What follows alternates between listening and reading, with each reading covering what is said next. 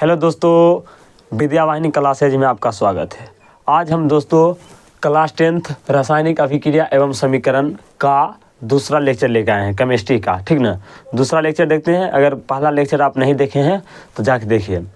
दूसरा लेक्चर पर हम चलते हैं। देखिए, पहला लेक्चर में हमने क्या क्या देखा था। पहला लेक्चर में हमने देखा था रासायनिक अभिक्रिया मेरा क्या होता है। ठीक, ये देख लिए। रासायनिक अभिक्रिया क्या होता है ये देख लिए। अभिकारक क्या होता है वो देख लिए। उत्पाद क्या होता है वो देख लिए। फिर हमारा एक होता है रासायनिक समीकरण क्या होता है वो हम देख लिए। आज हम उसके आगे चलने वाले हैं। ठीक ना, चलिए पहले आप वीडियो को लाइक कर लीजिए और सब्सक्राइब कर लीजिए, नया है तो। चलिए शुरू करते हैं। अब मेरा आता है अगला टॉपिक मेरा आता है। अगला टॉपिक का नाम है मेरा द्रव्यमान संरक्षण का नियम। क्या है? द्रव्यमान संरक्षण का नियम है। द्रव्यमान संरक्षण का नियम।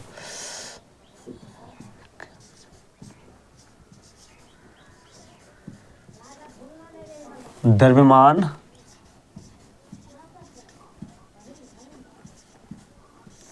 संरक्षण का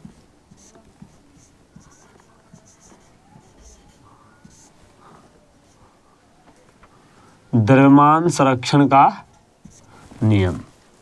देखिए, किसी भी रासायनिक अभिक्रिया में द्रव्यमान को ना तो आप उत्पन्न कर सकते हैं और ना ही नष्ट कर सकते हैं।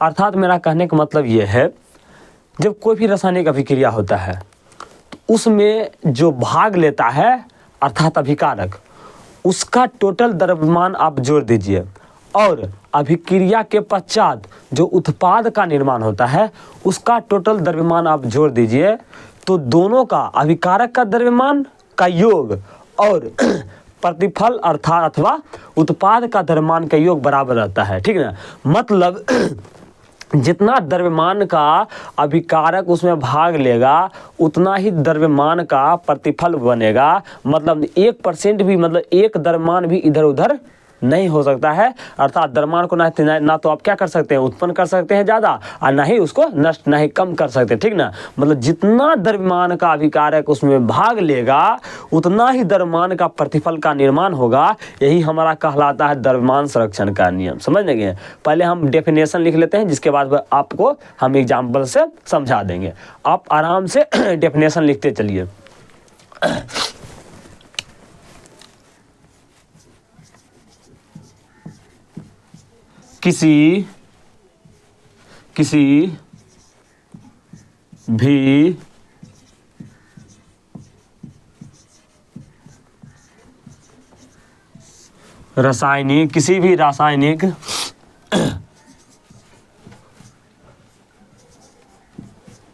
किसी भी रासायनिक अभिक्रिया में द्रव्यमान को न तो उत्पन्न किया जा सकता है, ना तो उत्पन्न किया जा सकता है। किसी भी रासायनिक अभिक्रिया में द्रव्यमान को ना तो उत्पन्न किया जा सकता है और ना तो उत्पन्न किया जा सकता है और ना ही नष्ट किया जा सकता है। ना ही नष्ट किया जा सकता है। अर्थात द्रव्यमान संरक्षित रहता है। अर्थात द्रव्यमान हमारा क्या रहता है, संरक्षित रहता है। संरक्षित रहता है।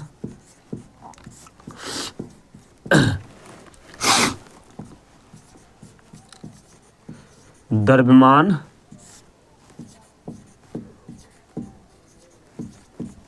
संरक्षण का नियम कहलाता है। यही मेरा द्रव्यमान संरक्षण का नियम क्या है। किसी भी रासायनिक अभिक्रिया में, कोई भी रासायनिक अभिक्रिया आप ले लीजिए, उसमें द्रव्यमान जो होता है, द्रव्यमान को ना तो उत्पन्न किया जा सकता है और ना ही नष्ट किया जा सकता है, अर्थात द्रव्यमान संरक्षित रहता है। यही द्रव्यमान संरक्षण का नियम है। या आप ऐसे ही परिभाषा दे सकते हैं, क्या दे सकते हैं, रासायनिक अभिक्रिया के पहले, क्या, रासायनिक अभिक्रिया के पहले भाग लेने वाले पदार्थ अर्थात उत्पाद अभिकारक होता है। या तो ऐसे बोल सकते हैं, किसी भी रासायनिक अभिक्रिया के पहले अभिकारक के द्रव्यमान का योग तथा रासायनिक अभिक्रिया के फलस्वरूप बने उत्पाद अर्थात प्रतिफल के द्रव्यमान का योग दोनों क्या होता है, बराबर होता है। ठीक ना, दोनों क्या होता है, योग का बराबर होता है। ये हमारा द्रव्यमान संरक्षण का नियम होता है। ठीक ना, अथवा हम आप या करके लिख सकते हैं। पहले देख लेते हैं कहाँ तक ये जनाता है। ठीक ना, हाँ ये तो जनाता है, बहुत दूर तक जना रहा है। ठीक ना, कोई दिक्कत नहीं होगा, लिखते हैं आगे, नीचे तक जनाता है, यहाँ तक जनाता है। अथवा करके हम लिखवा देते हैं। ठीक ना, अथवा करके लिखवा देते हैं। ठीक ना, क्या, रासायनिक अभिक्रिया के अथवा करके लिखा देते हैं। रासायनिक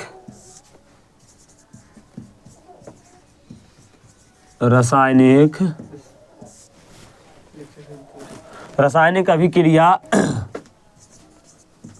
के पहले, रासायनिक अभिक्रिया के पहले,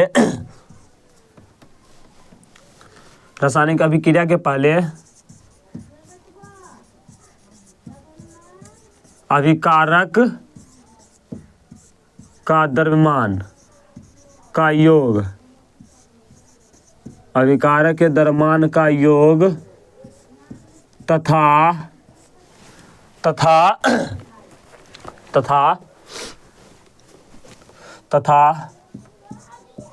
रासायनिक अभिक्रिया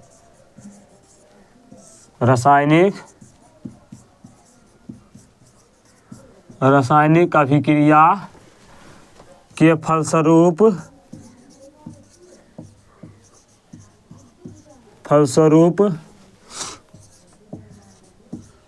बने उत्पाद या प्रतिफल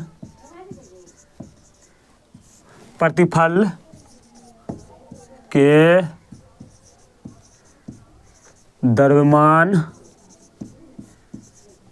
का योग, रासायनिक अभिक्रिया के पहले अभिकारक का द्रव्यमान का योग तथा रासायनिक अभिक्रिया के फलस्वरूप बने उत्पाद का प्रतिफल के द्रव्यमान का योग आपस में बराबर होता है। आपस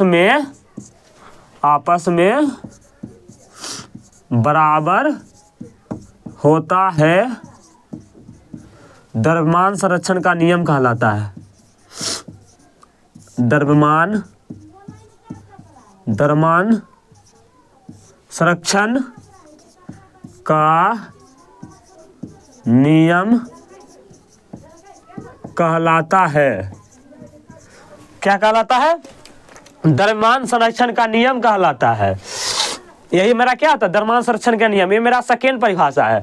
पहला परिभाषा है, किसी भी रासायनिक अभिक्रिया में द्रव्यमान को न तो उत्पन्न किया जा सकता है और ना ही नष्ट किया जा सकता है, अर्थात द्रव्यमान संरक्षित रहता है। यही द्रव्यमान संरक्षण का नियम कहलाता है। और दूसरा मेरा परिभाषा है, रासायनिक अभिक्रिया के पहले अभिकारक का द्रव्यमान, रासायनिक अभिक्रिया के पहले अभिकारक के द्रव्यमान का योग तथा रासायनिक अभिक्रिया के फलस्वरूप बने उत्पाद या प्रतिफल के द्रव्यमान का योग आपस में बराबर होता है। यह हमारा द्रव्यमान संरक्षण का नियम कहलाता है।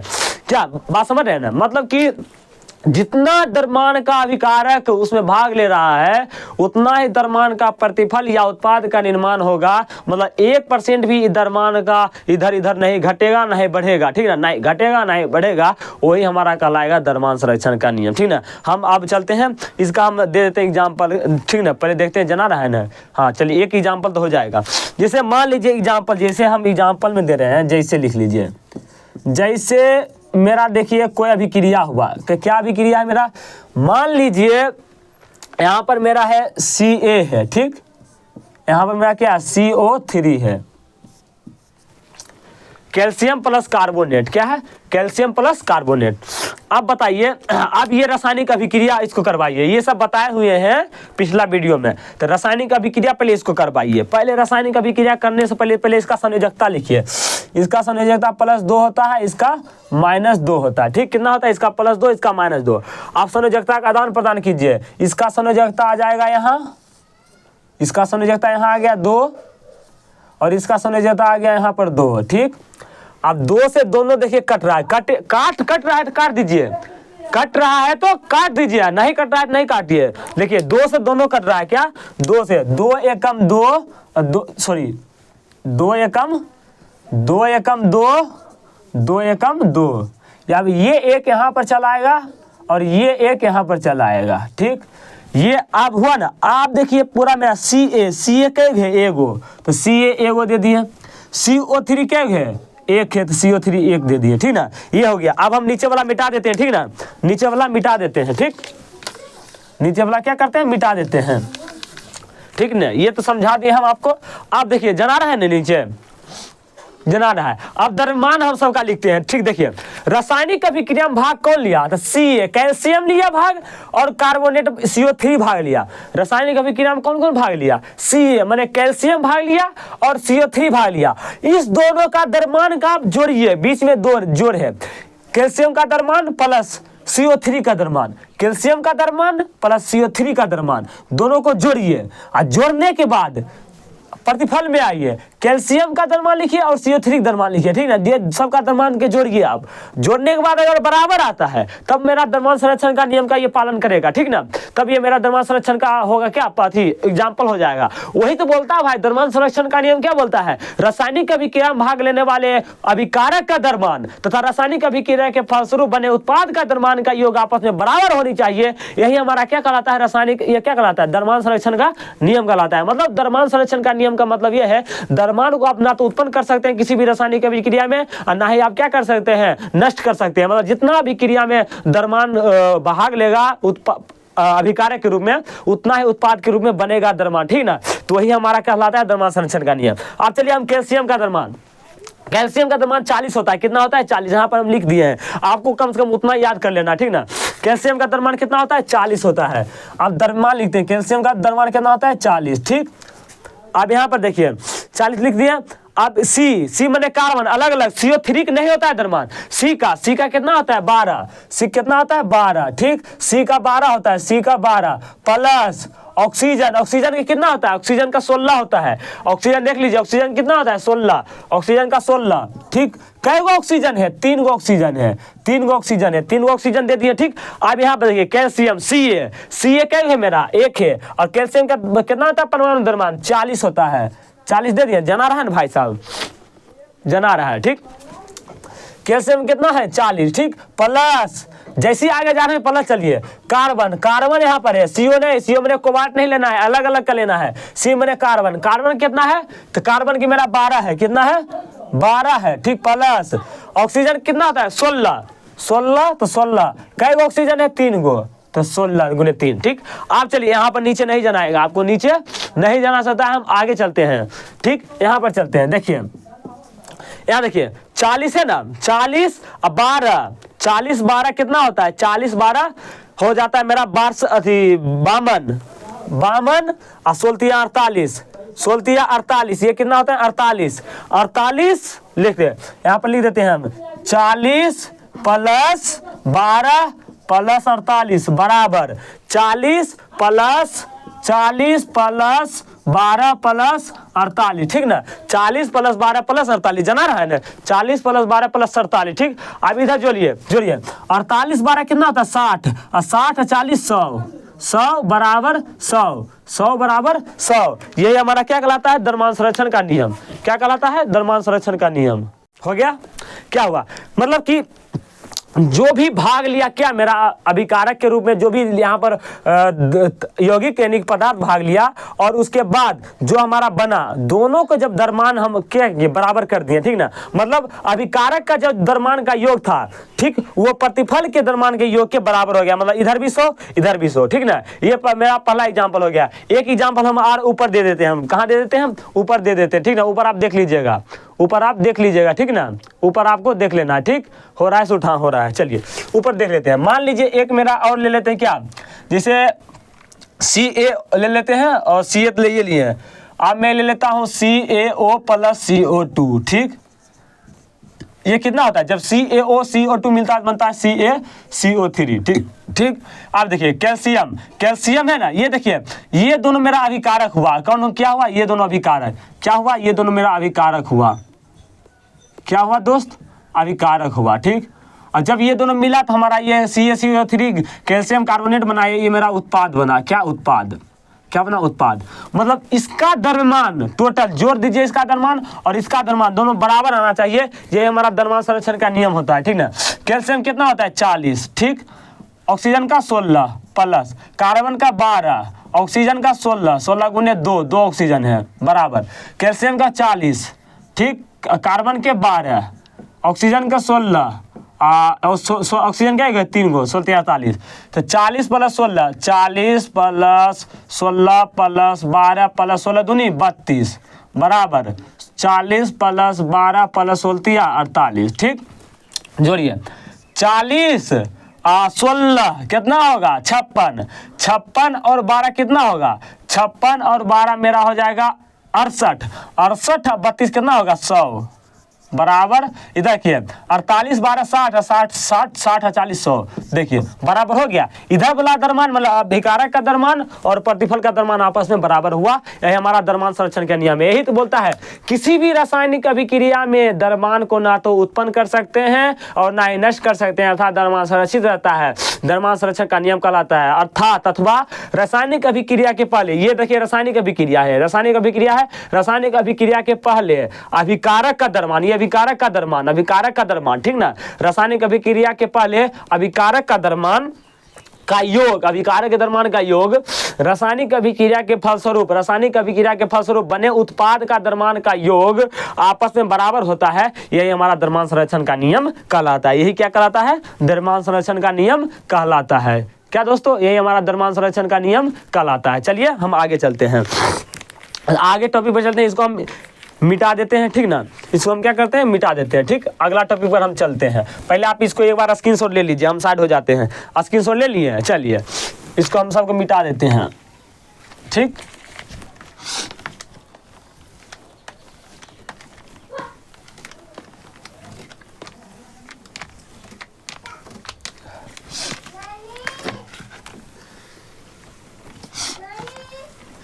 ये मेरा हो गया। अब अगला मेरा आता है रासायनिक समीकरण लिखने का नियम। अब रासायनिक समीकरण आप कैसे लिखिएगा, ठीक ना, वो भी बता ही देते हैं।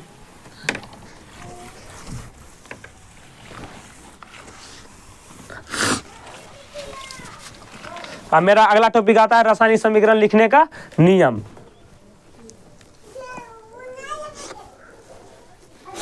चलिए लिखिए, क्या है मेरा रासायनिक समीकरण लिखने के नियम। रासायनिक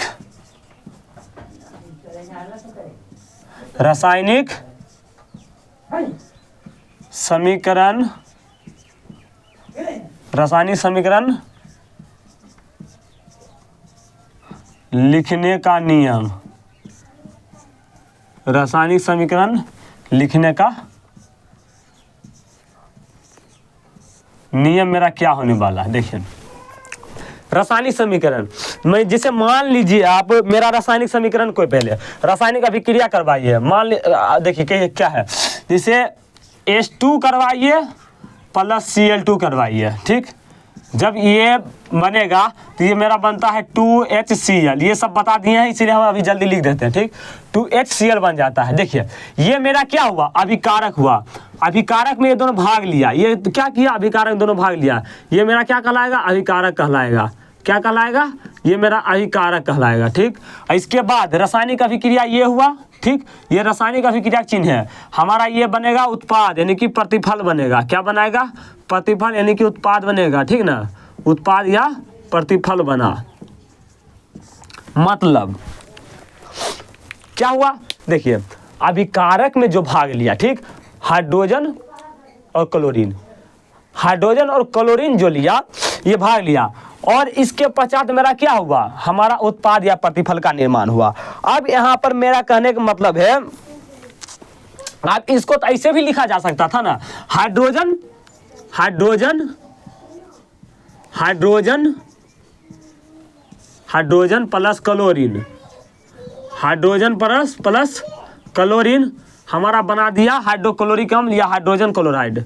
क्या बना दिया, hydrogen chloride, hydrogen chloride, hydrogen chloride.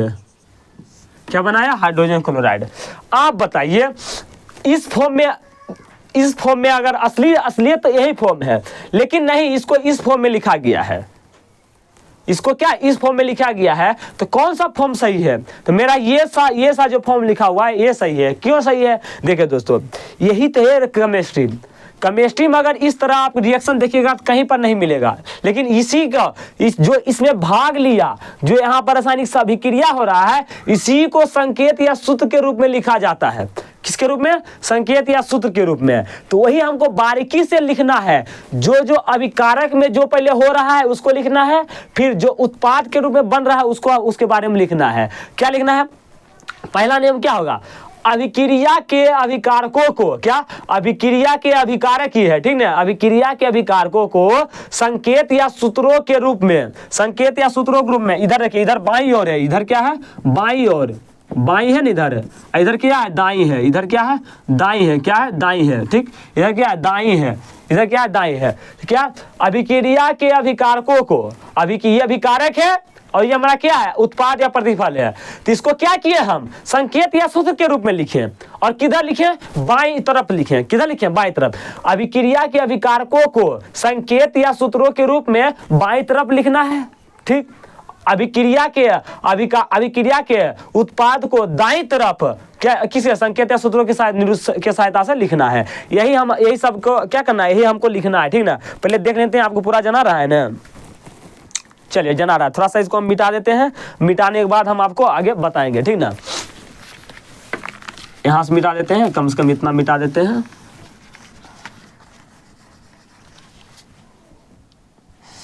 चलिए लिखिए, पहला नियम लिखिए आप सब। पहला नियम मेरा क्या है, पहला नियम है दोस्तों,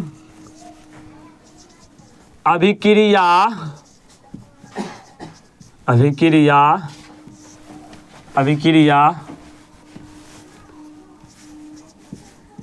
के अभिकारकों को, अभिक्रिया के अभिकारकों को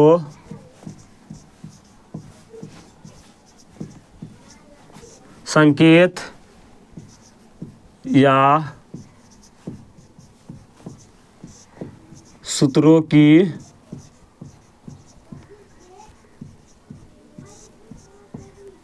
सहायता से, किधर लिखा जाता है, बाईं ओर, इधर क्या है, बाईं ओर है, इधर मेरा क्या कौन ओर है, बाईं ओर, इधर बाईं ओर है, इधर दाईं ओर है, इधर बाईं ओर है, इधर दाईं ओर है, ठीक ना। क्या अभिक्रिया के अभिकारकों को संकेत या सूत्रों की सहायता से किधर लिखा जाता है, बाईं ओर लिखा जाता है, बाईं और लिखा। देखिए इसको हम हाइड्रोजन प्लस क्लोरीन लिखते हैं, लेकिन वो हम नहीं लिखे, ठीक ना। यहाँ पर हम क्या किए हैं, उसको संकेत या सूत्र के रूप में लिखे। संकेत के हाइड्रोजन को संकेत H होता है और क्लोरीन का C होता है, तो उसको हम क्या किए, संकेत या सूत्र के रूप में लिखे। और दूसरा अभिकारकों, ये अभिकारक है ना, अभिकारकों के बीच में प्लस चिन्ह है, क्या है, अभिकारकों के बीच में प्लस चिन्ह को दिया जाता है। अभिकारकों के बीच में कौन सा चिन्ह दिया जाता है, धन चिन्ह दिया जाता है, ठीक ना। तो अभिकारकों के बीच में अगला दूसरा, अभिकारकों के बीच में, अभिकारकों के बीच में, अभिकारकों के बीच में धन चिन्ह, धन चिन्ह दिया। अभिकारकों के बीच में कौन सा चिन्ह दिया जाता है, धन चिन्ह दिया जाता है। तीसरा मेरा है, अब उसी तरह क्या है, अभिक्रिया के उत्पाद या प्रतिफलों को, अभिक्रिया के उत्पाद या प्रतिफलों को संकेत, देखिए यहाँ पर हाइड्रोजन क्लोराइड होता है, क्या होता है, हाइड्रोजन क्लोराइड होता है, क्या होता है यहाँ पर हाइड्रोजन क्लोराइड होता है, हाइड्रोजन क्लोराइड होता है, क्या होता है, हाइड्रोजन क्लोराइड होता है। लेकिन हम यहाँ पर हाइड्रोजन क्लोराइड नहीं लिखे, हम HCl लिखे, क्यों लिखे, तो वही होता है ना, मतलब कि इस फॉर्म में आप समीकरण नहीं देखिएगा, तो इसको हम संकेत या सूत्र के रूप में निरूपित कर देते हैं, तो वही लिखना है। तीसरा मेरा क्या, अभिक्रिया के प्रतिफलों को, अभिक्रिया के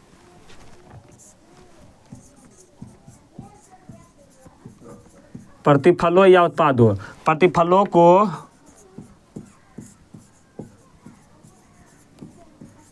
संकेत या सूत्रों की सहायता से, संकेत या सूत्रों के रूप में, संकेत या सूत्रों के रूप में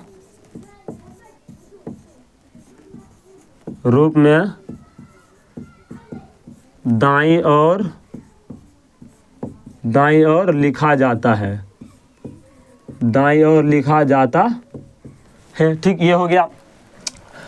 अब देखिए, आप एक एग्जाम्पल ये ले लीजिए, क्या ले लेते हैं, जैसे ले लिए, जैसे मेरा NaCl है, ठीक ना, NaCl है प्लस AgNO3 है, ठीक ना।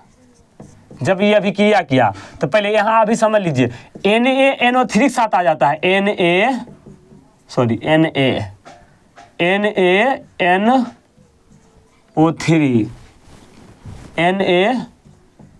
NaNO3 प्लस AgCl से, ये आगे लिखाएंगे, वो द्विविस्थापन अभिक्रिया है, आप इतना समझ लीजिए। ये वाला इसको लेकर भाग जाता है जो इसके साथ जुड़ा हुआ है, और ये जो इसके साथ ये है, ये इसको लेकर भाग जाता है। तो देखिए NaNO3 के लेकर भागा, और यहाँ पर AgCl को लेकर भागा। ठीक, देखिए ये भी मेरा क्या हुआ, ये हमारा है अभिकारक है, क्या है, अभिकारक है, क्या अभिकारक है, ये मेरा क्या, दोनों मेरा क्या प्रतिफल है, ये भी लिख लेना है। ठीक, तो वही क्या किया, अभिकारक है ना, ये प्रतिफल है ना, सॉरी प्रतिफल है, प्रतिफल के बीच में कौन सा चिन्ह दिया जाता है, धन चिन्ह दिया जाता है। प्रतिफल का निर्माण हुआ ना, तो प्रतिफल के बीच में धन चिन्ह कर दिया जाता है, तो वही लिख लेना है, प्रतिफलों के बीच में, प्रतिफलों के बीच में, प्रतिफलों के बीच में धन चिन्ह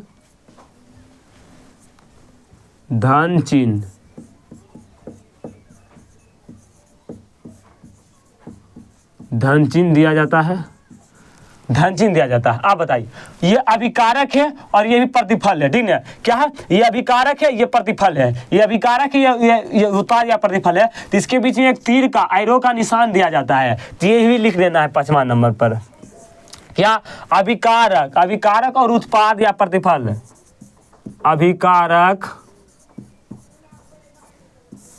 अभिकारक तथा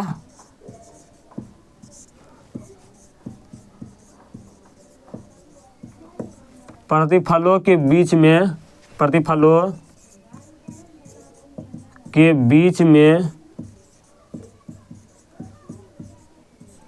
तीर का चिन्ह, तीर मतलब समझ रहे हैं ना, तीर के मतलब ये चिन्ह होता है ना, तीर का चिन्ह दिया जाता है। यही मेरा क्या हुआ, रासायनिक समीकरण लिखने के 5 नियम। पहला नियम क्या है, अभिक्रिया के अभिकारकों को संकेत या सूत्रों, देखिए यहाँ पर हम लिख सकते थे हाइड्रोजन, हिंदी में हाइड्रोजन प्लस क्लोरीन, लेकिन ऐसा हमको मिलता नहीं है कहीं पर, तो वही हम लिख दिया, अभिक्रिया के अभिकारकों को संकेत या सूत्रों की सहायता से बाएं ओर लिखा जाता है। अभिकारकों के बीच, ये दोनों अभिकारक है, ये भी हाइड्रोजन भी अभिकारक है, क्लोरीन भी अभिकारक है, और इसके बीच धन चिन्ह, यानी कि सोडियम क्लोराइड भी और सिल्वर नाइट्रेट भी मेरा अभिकारक है, इसके बीच में धन चिन्ह दिया जाता है, धन चिन्ह दिया जाता है। ठीक, अभिक्रिया के प्रतिफल हो, अभिक्रिया के प्रतिफल है, इसको संकेत या सूत्रों के रूप में किधर लिखा जाता है, तो बाईं और दाईं ओर लिखा जाता है, ठीक है। और ये अभी सोडियम नाइट्रेट और सिल्वर क्लोराइड भी मेरा क्या होता है, हमारा प्रतिफल होता है। और प्रतिफल दोनों है, इसके बीच में कौन सा चिन्ह दिया जाता है, धन चिन्ह, प्लस वाला चिन्ह दिया जाता है। कौन सा चिन्ह दिया जाता है, प्लस चिन्ह दिया जाता है। तो यहाँ पर हम लिख लिए अभिक्रिया के प्रतिफलों को संकेत या सूत्रों के रूप में दाईं ओर लिखा जाता है, और प्रतिफलों के बीच में धन सा चिन्ह, कौन सा चिन्ह, धन चिन्ह दिया जाता है। फिर अभिकारक तथा प्रतिफलों के बीच में तीर का निशान, अभिकारक, ये भी अभिकारक है, ये मेरा क्या है, सब प्रतिफल है, ये मेरा सब क्या प्रतिफल है, ये मेरा दोनों क्या है, अभिकारक है, ये प्रतिफल है। इसके बीच में किसका चिन्ह दिया जाता है, तीर का चिन्ह दिया जाता है। इसके बीच में कौन सा चिन्ह दिया जाता है, तो तीर का चिन्ह दिया जाता है। ये मेरा हुआ रासायनिक समीकरण लिखने का नियम, ठीक ना। ये मेरा क्या हुआ, रासायनिक समीकरण लिखने का नियम। आगे हम चलते हैं, ये समझ गए होंगे, स्क्रीनशॉट ले लीजिए, ठीक ना। आगे मेरा टॉपिक आता है संतुलित रासायनिक समीकरण।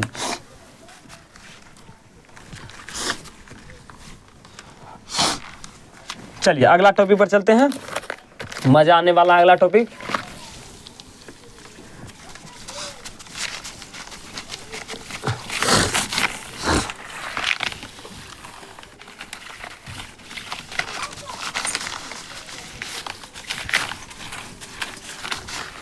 अगला टॉपिक मेरा आता है,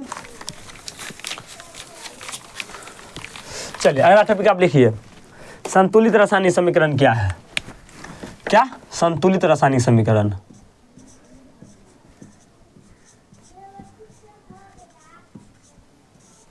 संतुलित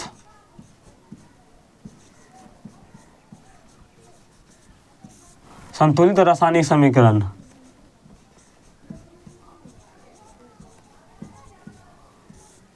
संतुलित रासायनिक समीकरण,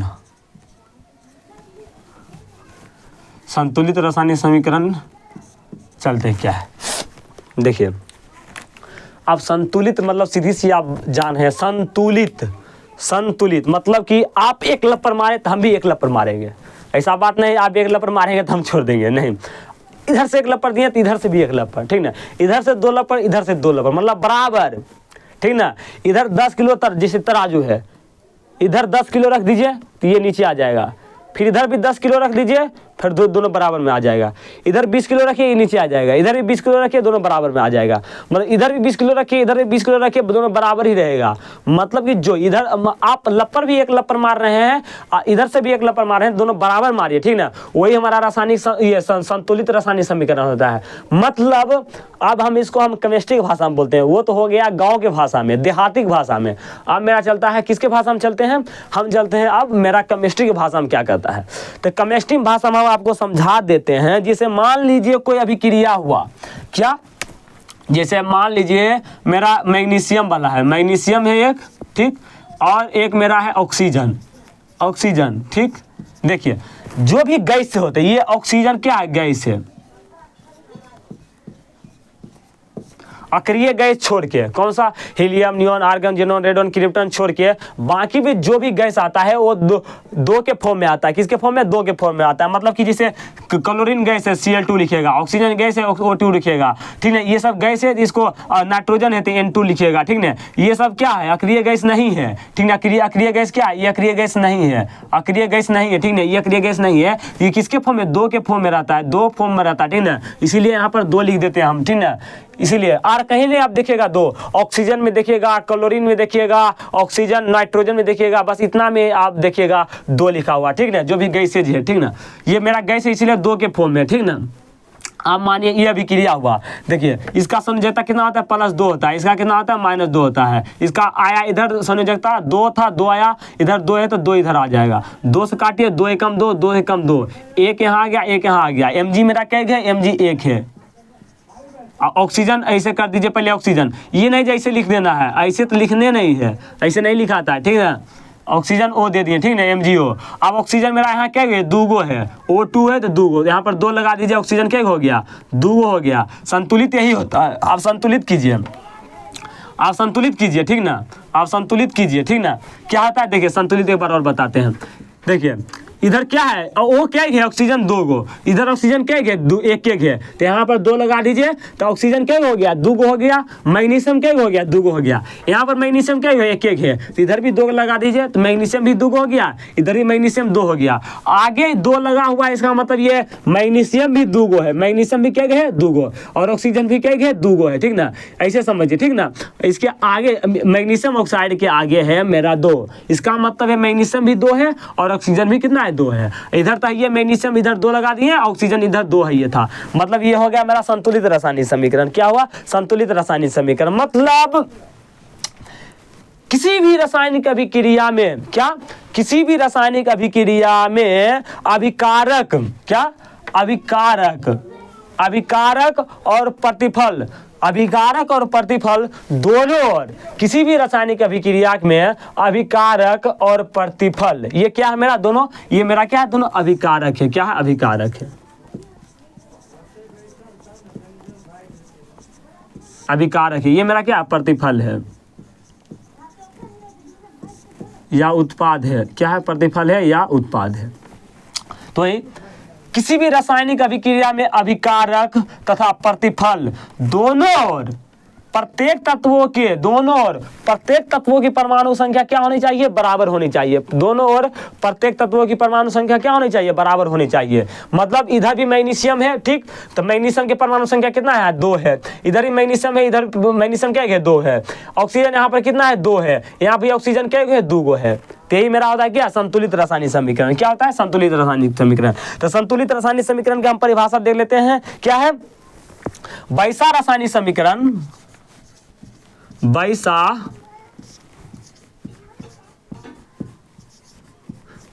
रासायनिक समीकरण, वैसा रासायनिक, सॉरी रुकिए, वैसा रस कॉल आ गया था, वैसा रासायनिक समीकरण, वैसा रासायनिक समीकरण जिसके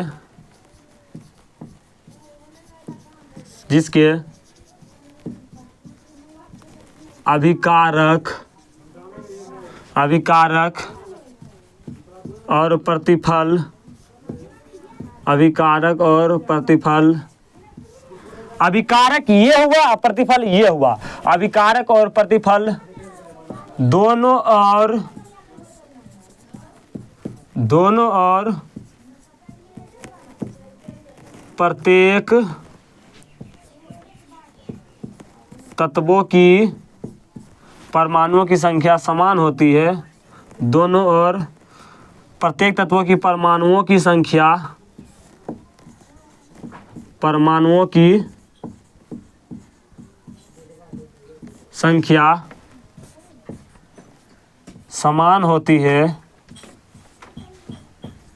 समान होती है, दोनों ओर प्रत्येक तत्वों की परमाणु संख्या समान होती है, संतुलित रासायनिक समीकरण कहलाता है, संतुलित रासायनिक समीकरण, संतुलित रासायनिक समीकरण कहलाता है। क्या है, वैसा रासायनिक समीकरण जिसके अभिकारक और प्रतिफल, ये प्रतिफल है, दोनों और प्रत्येक तत्वों, प्रत्येक, ये मैग्नीशियम भी 2 है और यहाँ भी मैग्नीशियम 2 है, यहाँ भी ऑक्सीजन 2 है, यहाँ भी ऑक्सीजन 2 है, प्रत्येक तत्वों की परमाणु संख्या क्या होती है, समान होती है, तो वही हमारा संतुलित रासायनिक समीकरण कहलाता है। क्या कहलाता है, संतुलित रासायनिक समीकरण कहलाता है। जैसे एक और एग्जाम्पल ले लीजिए, जैसे आप ले लीजिए, यहाँ पर ले लीजिए, आप देखिए, एक मेरा ले लीजिए कैल्शियम, ठीक, कैल्शियम ले लिए, कैल्शियम के बाद आप ले लीजिए Br, ब्रोमीन, ठीक, यहाँ पर इसका 2 होता है, इसका कितना होता है, 1 माइनस होता है, ठीक, इसका संयोजकता इधर आ जाएगा 2, इसका संयोजकता आ जाएगा इधर, तो कैल्शियम क्या है, 1 है, Br क्या है, 2 गो, तो Br2, ठीक, बी आर के ना 2 गो हो गया, ठीक ना। ये तो डायरेक्ट संतुलित ही हो गया, क्या हो गया, संतुलित ही हो गया। तो कैल्शियम मेरा क्या गया, एगो है तो एगो है, बोरोमीन क्या गया, 2 है, 2 है तो बोरोमीन क्या गया, 2 गो। तो वही होता है कैल्शियम भी 2 है, कैल्शियम भी 1 है, कैल्शियम भी 1 है। ये ऊपर वाला नहीं देखना, ऊपर संयोजकता लिखा हुआ है, ठीक ना। कैल्शियम 1, ब्रोमीन यहाँ 2 है तो यहाँ भी ब्रोमीन क्या है, 2 गो है, ठीक ना। यही होता है किसी भी रासायनिक अभिसमीकरण में जिसके अभिकारक, वैसा रासायनिक समीकरण जिसके अभिकारक और प्रतिफल दोनों प्रत्येक तत्वों की परमाणु संख्या, प्रत्येक तत्वों की परमाणु संख्या क्या होती है, आपस में बराबर होती है, वही हमारा क्या कहलाता है, संतुलित रासायनिक समीकरण कहलाता है। चलिए आगे चलते हैं, चलिए देखते हैं आगे मेरा क्या है।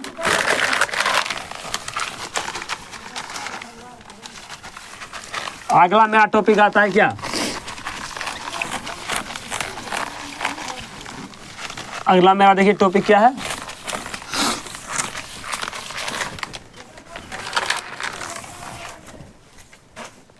रासायनिक समीकरण, रासायनिक समीकरण, रासायनिक समीकरण को, रासायनिक समीकरण को संतुलित करना, संतुलित करना क्यों आवश्यक है, क्यों